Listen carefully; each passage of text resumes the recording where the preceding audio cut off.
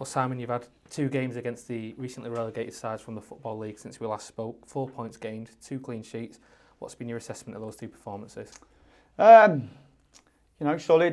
4 points out of that both games is it's no disaster. Certainly, I think we were happy with obviously an incredible win at Southend. I think I'm intrigued to see how many teams will go to Southend this year and pick up 3 points. It was hard earned, and I think it was a really fabulous result. And I thought the game the other night we've done enough to win it. Not many chances in the game, but certainly all the best ones fell to us that we created. And it was probably always going to be a tight game. Two teams well organised. So, I think obviously it was important that we bounced back after the first game, and I think we've sort of wrote that one off now. And our season started really with the 2 after and pick up the 4 points. I think there's a lot to be positive about. I was speaking to Ben Barclay after the game on Tuesday. He said he felt that was County's best performance of the season so far. I mean, do you agree with that? Is there a sense that performances are getting better and better? I thought there was aspects of it which were better. I thought we were a little bit more comfortable in possession at times. I thought the way the resilience of the team at Southend was really stand out for me. And I thought we were good in the first half. I think there's an argument we're probably at our best in the first half against Southend, all things considered. And I think I can see why Ben might say that, but it's certainly progress. But we're not getting carried away. We know we've got a lot more to do, and we want to score goals, we want to create chances, we want to keep clean sheets. So there's a tick on one of them at the minute, and we've got some work to do at the other 2, no doubt about it. Obviously, you're not looking for excuses, but is there a sense of frustration at the minute when you look at the injuries that you've had, that they've come in such key positions? You had both your wing backs out on Tuesday, Scott Quigley, Connor Jennings. Is that a frustration?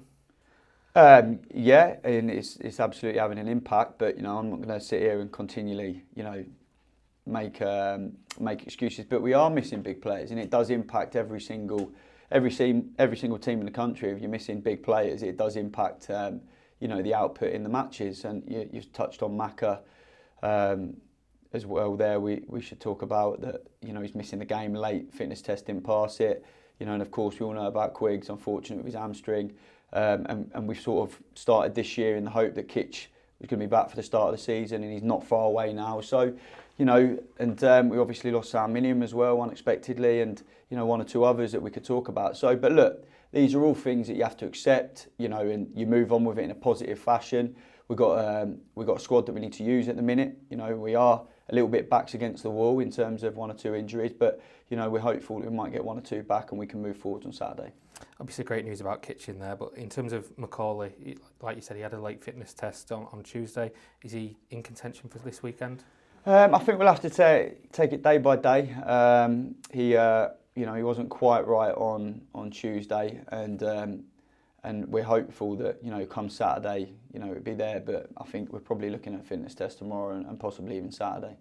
We sat here last week and spoke quite a bit about Arjan Reu before he'd made his debut. 2 appearances since then, man of the match on Tuesday. Settled in very quickly, hasn't he? Yeah, he's done really well, and he's a young lad. He won't be used to the intensity of the games. He won't be used to the Saturday, Tuesday turnaround as frequently. So he's one. I touched on it last week. We need to look after him. And I think he's also coming back from a bit of illness before he joined up with us. So we're looking after him at the minute. We're making sure that his attributes can come out through his energy in the games, and we're building him up to hopefully then full 90 minutes. But I think you're right. His quality's been there for everyone to see, and hopefully he's going to build on that and be a real plus for us this season. But delighted with the start he's made. Just going back to Tuesday night for a minute, it did feel in a way that was your first real experience of a rocking Edgeley Park. The Cheetah Thing singing your name, you clapping back.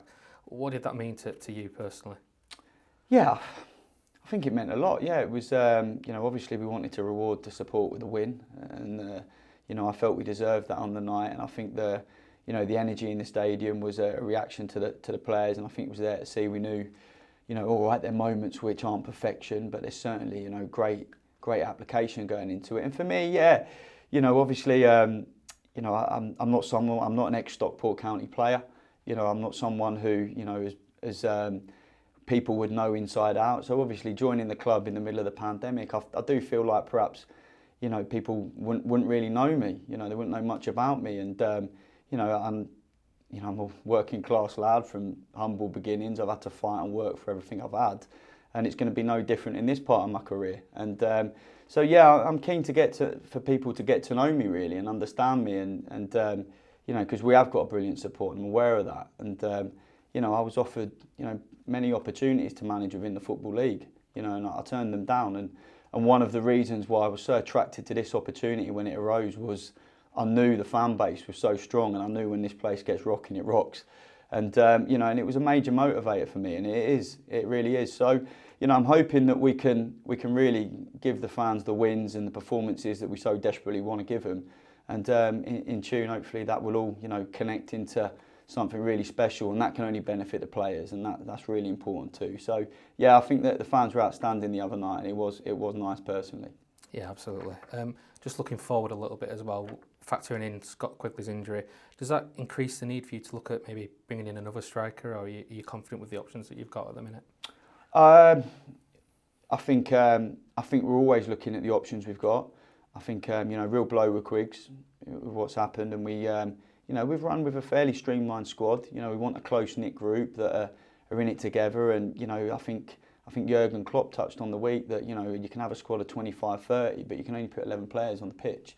So, you know, there's sometimes that real big squad, it can take a lot of managing, and people can become, you know, feel undervalued and left out. So we do want to run with an efficient group this year, but with that, when injuries do occur, of course, we're going to look at what we need. We're going to look at how we continue to strengthen and maintain what we have and what we need. And I think it's perfectly natural that we'll always be looking at ways in which we can add.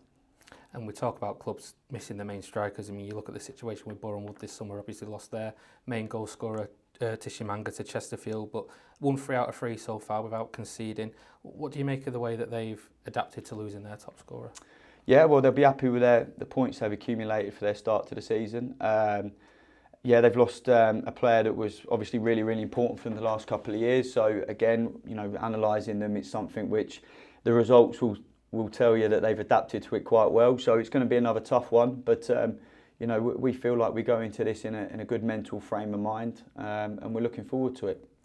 You touched on the start. It's been a solid start to the season from 3 pretty tough games. I mean, what are you hoping to see more of over the next few weeks in order to kick on?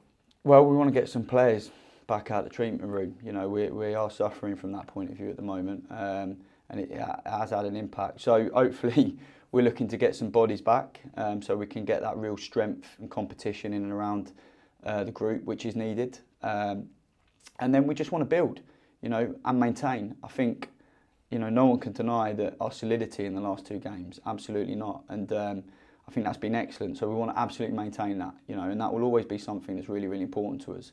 And I think what we need to do now is, on top of that, make sure that we are effective as possible going forwards.